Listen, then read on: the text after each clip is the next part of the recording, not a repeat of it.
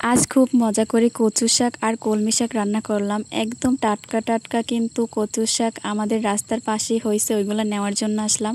আর एखाने अनेक रोदो छिलो, रोदेर जायगार कचु शाक किन्तु खेते अनेक मजा। तारपर ग्रामे किन्तु एगुलो एकदम रास्तार पाशे पाशे देखा जाय। तारपर कुलार पाड़ेও किन्तु अनेक এই কচুগুলা হয় আর খেতেও কিন্তু অনেক মজা যদি ভালোভাবে রান্না করা যায়। আজকে আমি এগুলা নিয়ে ভালোভাবে রান্না করব। এখানে খালের পাশেও কিন্তু অনেক হয়েছে কচুর শাক। আমি এখান থেকে বেশ কিছু কচুর শাক কেটে নিলাম। তো আমার কাটা শেষ, এতগুলাই আমি নিছি। এখন আমি এখানে আসলাম একটা ভিটার ভিতর। এইখানে আছে কলমি শাক, একদম টাটকা টাটকা কলমি শাক, তাজা। এইখান থেকে আমি কলমি শাক নিলাম। গ্রামে কিন্তু কোনো কিছুরই অভাব হয় না, যদি 7 দিন তরকারি না কেনা হয় তাইলেও কিন্তু কোনো অভাবই পড়ে না, একদম টোকাইয়েই খাওয়া যায়। এইখানে কিন্তু একটা পুকুরের মধ্যে পুরা কলমি শাকে ভরা। এইগুলা কিন্তু এমনি এমনি হয়েছে, কেউ লাগায় না, একদম তরতাজা খাঁটি কলমি শাক। আমি এখানে দেখলাম তারপর কলমি শাকে অনেক ফুলও হয়েছে, 2টা ফুলগুলা দেখতেও কিন্তু মাইকের মতো খুব সুন্দর। আর আমি এইখানে ওড়নার ভিতরে নিছিলাম শাকগুলো, একদম সুন্দরই লাগে। তারপরে এইখানে বাসায় এসে ওইগুলো সবগুলাই রাখলাম শাক 2 পদই। আজকে কিন্তু এই 2 পদ শাকই খুব মজা করে রান্না করব। এখন আমি এইগুলাকে ভালোভাবে ধুয়ে নিলাম কাটার আগেই, কারণ বালির মধ্য থেকে আনছি এর জন্য। এখন আমার সবগুলো শাকই কাটা হয়ে গেছে, এখন আমি রান্না করার জন্য আসলাম। এইখানে আছে একদম দেশি চিংড়ি মাছ, আর এইখানে মশলা কাটলাম পেঁয়াজ রসুন আর শুকনো মরিচ। আমি শুকনো মরিচ দিয়েই রান্না করব। তারপর এখানে আমি মাটির চুলায় রান্না বসিয়ে দিলাম, একটু পানি দিলাম পাতিলে। তারপর আমি কচুর শাকগুলো দিয়ে ঢাকনা দিয়ে ঢেকে রাখবো।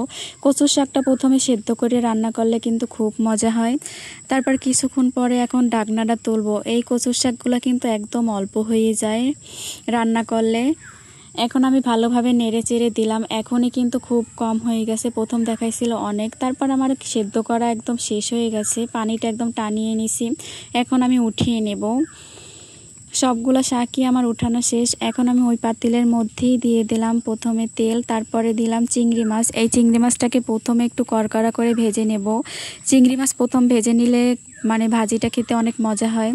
তারপর আমি রসুন কুচি দিলাম, আর এরকম রান্না করতে কিন্তু রসুনের পরিমাণ একটু বেশিই দেওয়া লাগে। তারপর আমি শুকনো মরিচ দিয়ে দিছি, এখন দিব পেঁয়াজ কুচি। এখন এই সবগুলাকেই আমি ভালো করে একদম লাল লাল করে ভেজে নেব, একদম কড়া করেই ভাজবো যেন একদম সুন্দর একটা ঘ্রাণ আসে, এর জন্য। আমার ভাজা শেষ, এখন আমি কচুর শাকগুলো দিয়ে দিলাম, দিয়ে একদম ভালোভাবে নেড়ে শুকনো শুকনো করে ফেলবো, যেন কোনো পানি না থাকে, এরকমভাবেই উঠিয়ে নেব।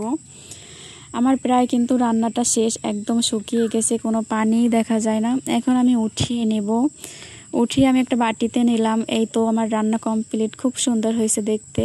এখন আমি কলমি শাকটা রান্না করব, এর জন্য প্রথমেই আমি তেল দিয়ে দিলাম। তেলের মধ্যে কাঁচামরিচ দিলাম, সরি কাঁচামরিচ না, আমি চিংড়ি মাছ দিয়ে দিছি। চিংড়ি মাছটা ভালোভাবে ভেজে নিলাম। এখন আমি রসুন আর মরিচ দিয়ে দিলাম, তারপরে দিলাম পেঁয়াজ কুচি। এই মশলাগুলোকেও একদম কড়কড়া করে ভেজে নেব। কোনো শাক ভাজিতে কিন্তু মশলাটা এরকম ভালোভাবে ভেজেই নিতে হয়। ভাজা শেষে আমি অল্প একটু শাক দিয়ে দিলাম, শাকটার সাথে সব কিছু মিশিয়ে নিয়ে এখন আমি সম্পূর্ণ শাকটাই দিয়ে দেব। এই শাকগুলো কিন্তু কোনো সার্ভিস নাই, একদম খাঁটি শাক। গ্রামে থাকার মজাই কিন্তু আলাদা, এরকম তরতাজা একদম শাক খাওয়া যায়।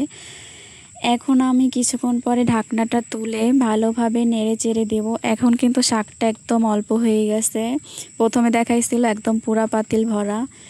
আমার রান্নাটাও প্রায় শেষ হয়ে গেছে, এখন আমার একদম সেদ্ধ হয়ে গেছে, উঠিয়ে নিছি।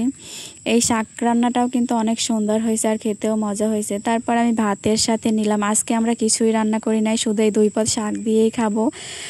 আর এইগুলা খেতে কিন্তু অনেক মজা, আর খেতে উপকারও কিন্তু, আর রান্নাটাও অনেক মজা হয়েছিল।